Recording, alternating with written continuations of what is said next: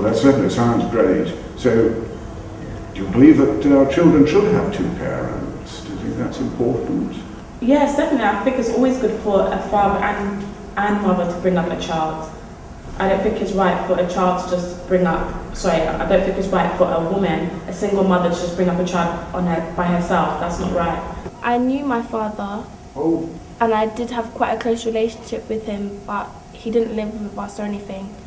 But yeah, he was definitely a part of my life, but my mum did raise me, I'd say, alone as a single parent. In this particular instance, is it helpful to your religion when you're looking at this problem of single mothers? Does it influence the advice you give your friend? I'm an atheist. I'm a Muslim. I came from a Muslim background. Yes, I'm a Buddhist. Well, I am a Christian. I grew up in a Christianity background, but I don't really go to church that much, so therefore I'm not really following my religion as I'm supposed to. Okay, yeah, I'm a practicing Muslim, and well, you have to be married if if you want to have a child, you have to be married beforehand. And I mean, that can happen at any age after puberty, especially, centuries ago, where it was okay for a 14-year-old girl to get married. And now there are a lot of misconceptions in the world, because especially that the whole world's turning quite Western.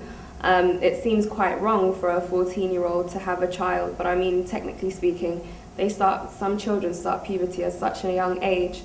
And it's actually scientifically known that in warmer countries, they tend to get puberty a lot earlier on in their life. So places such as the Middle East and in Africa, that's why I get a lot of so-called teenage pregnancies, or teenage marriages or teenage relationships starting earlier on, because they actually do have to grow up at a really young age, because that's when they get puberty. Whereas in colder countries such as Switzerland, Sweden, with really colder climates, they tend to get puberty a lot later on. Like some places, I think the average was 17 years of age, or 18 even. So yeah, there is quite a huge cultural difference in that respect. Religion is important, Yes. but I think I'm at a stage where, my mother is a Christian, my father was a Muslim. He passed away, but he was a Muslim when he was alive. So me being brought up with two different religions, I suppose I was quite confused, because obviously I was hearing about religion, one type of religion from my mum, and then another type of religion from my dad, so it was quite a contrast. And I think recently I have been thinking about it more in my life at the moment, about what I would consider myself to be and how it does affect my actions and what I do in my life. So I would probably consider myself as a Muslim more than a Christian, because I believe that in Islam there is the truth more than I think there is in Christianity. So yeah, I do think it is a part of my life. I can give you an example of a friend of mine. She's from Lebanon, and she's a single mother, and she's really having a problem and experiencing difficulties being a single mother, because she has to raise this 9-year-old daughter, and she's struggling to survive and to win her bread to raise this daughter.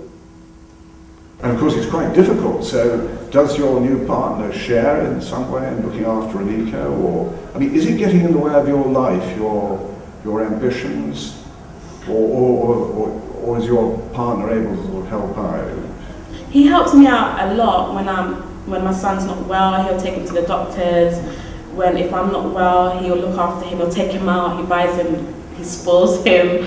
He's there when I want to go out. He looks after him for me. He's a great boyfriend. He's great. That's terrific.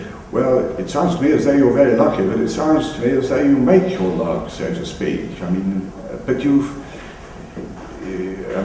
this guy loves you as much as you love him, would you say, or he's going to stick with you, is he?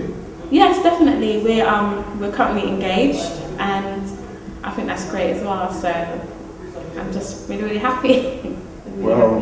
Well, I think that's been very helpful, and thank you very much, Tanya, for coming along. There's one last question I'd like to ask you, and that is, what advice would you give to young girls, single, whether they're single mothers or whether they're going out, and how careful they have to be?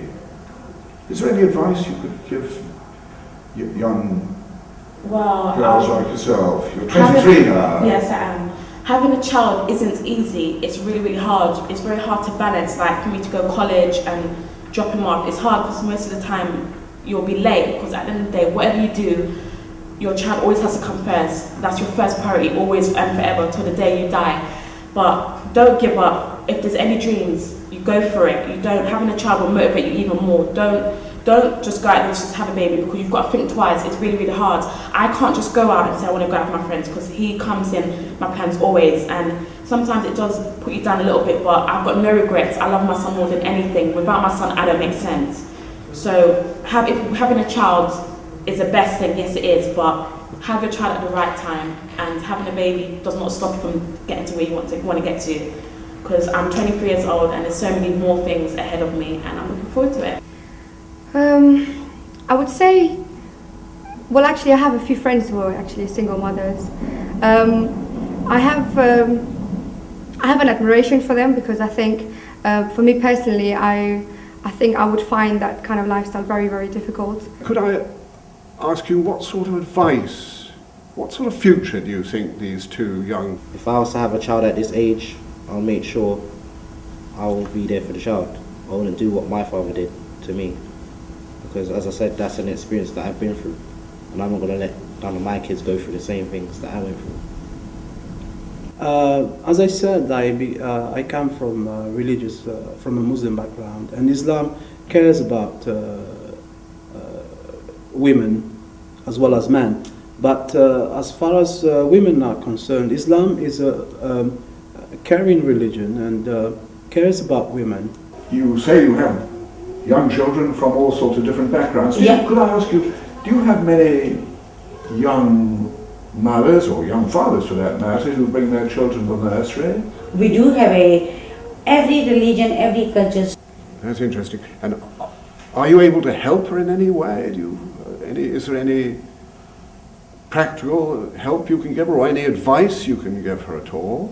No discipline, even food, I think, take away food they give them, eat it, no table manners, nothing. It's a lot of parents have to crucial rule in children's life if you bring it in. And this country, I tell you, Brian, is opportunity. It's very opportunity if you want to do your children, bringing up government support, everybody, colleges, everybody try to give them, they should appreciate and take it this advantage and bring children good. It's long subject to talk about. I'm telling you, if they're saying school doesn't teach in school, no. Discipline start from home. When the day one, the child, even 1 year come our nursery, we're seeing which disciplined children with the parent, you can see straight away, and which children is discipline start from home. Yes. That's it. Well, you obviously feel very strongly about that, and it's been very interesting talking It is to you. very strong subject. Always when we go meeting, we talk. Well, Daniel, thank you very much indeed, and the best of luck, and all the best with your singing and filming career, and the best of luck to the three of you, Releco, your new partner, and the rest of your family. Thank you very much. Thank you very much, Brian. 57% of lone parents, mums or fathers, manage to get back into work, and that's more than 10% up on the figure 10 years ago.